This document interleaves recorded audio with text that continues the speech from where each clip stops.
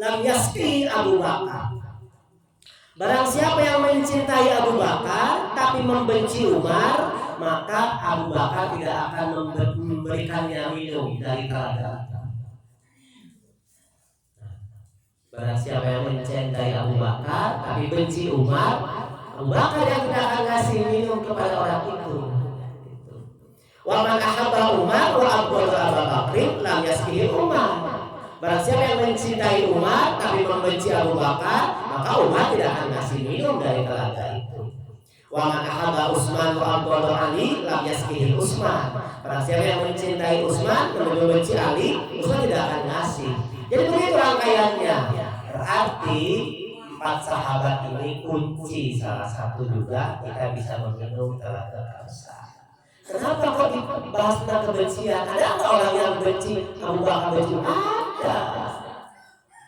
Di kelompok umat ini ada orang-orang, misalkan kelompok Syiah.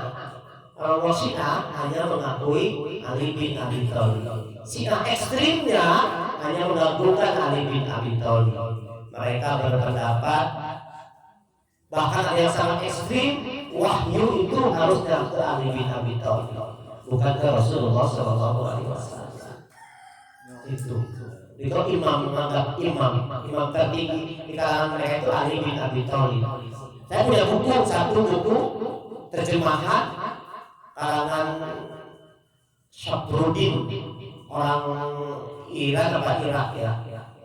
Dari teman dulu waktu saya pesantren dikirim di paket gitu, dapat kiriman dari Timur Tengah. Bacanya itu buku Syiah. Mereka punya hadis-hadis yang menunjukkan kebencian terhadap Abu Bakar, Umar dan Ali dan Utsman. Tiga benci. Jadi ada hadis-hadis ketika menceritakan Abu Bakar menentang Nabi, Umar membantah Nabi. Ada hadisnya versi mereka. Jadi mereka benci kepada Abu Bakar, Umar dan Utsman, hanya cinta kepada Ali bin Abi Thalib saja. Itu Syiah. Jadi makanya di sini dikatakan seperti itu. Ini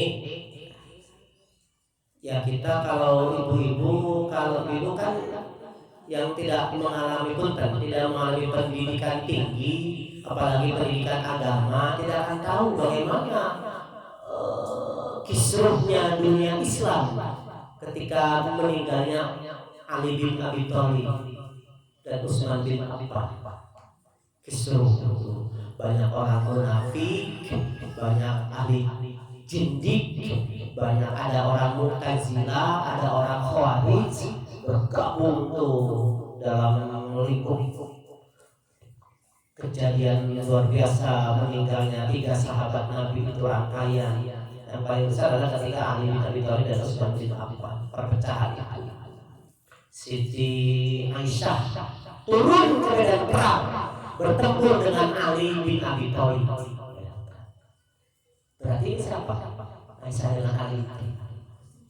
Aisyah istri Rasul, Ali menantu Rasul. Perang.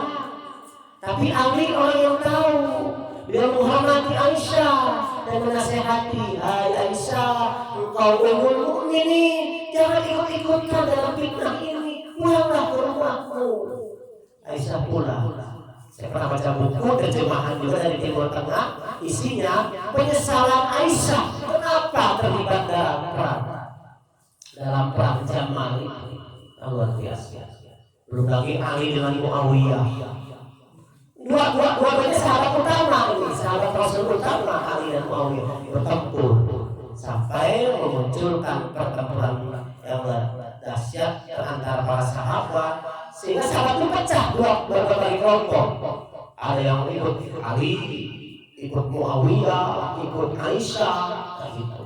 Wah, itu kalau baca itu sedih. Kenapa? Dunia Islam ketika Rasul meninggal penuh dengan fitnah. Makanya di akhir zaman sekarang akan tetap sama, akan penuh dengan fitnah. Luar biasa, ya, luar biasa. Nah, kita bagaimana sikap kita?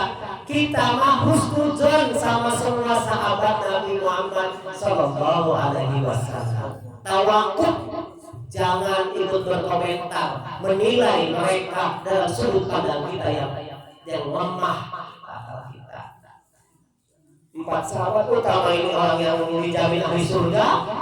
Siti Aisyah Rasul jaminnya surga.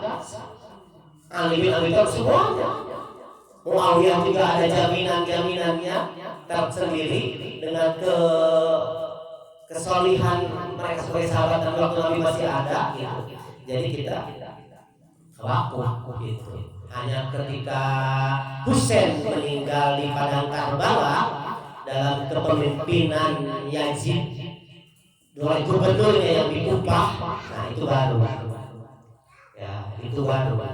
Muslim memilih keberpihakan. Dan saya membaca orang yang membunuh Husain meninggalnya sengsara, sakit, mati tidak, hidup juga tidak, sengsara. Yang menghinakan mastaka Husain yang ditusuk dengan tombak itu cucu Rasulullah SAW, cucu kesayangan Rasulullah SAW. Ya, kalau lihat itu orang soleh ya. Ternyata ketika qada Allah sudah menetapkan tidak selamat dari kejahatan. Itu kita juga sih tahu masalahnya.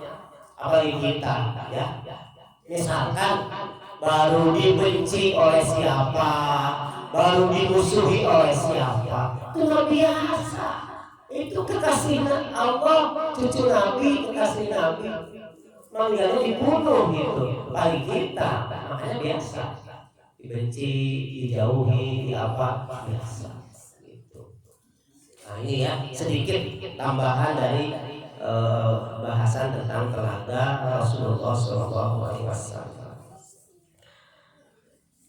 Nanti berikutnya kita akan bahas siapa orang yang pertama mencicipi telaga Kausar di kalangan umat Nabi Muhammad SAW, dan siapa yang akan ditolak dari telaga Kausar.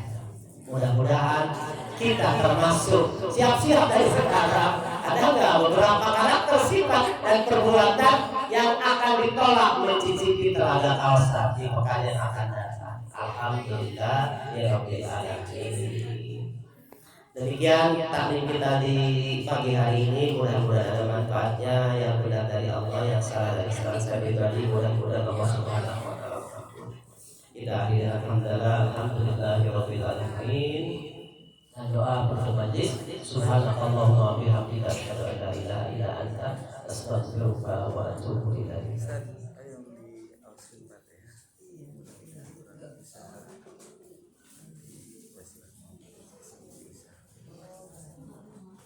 Baik ibu-ibu, ya sedikit informasi ya. Jadi kita ini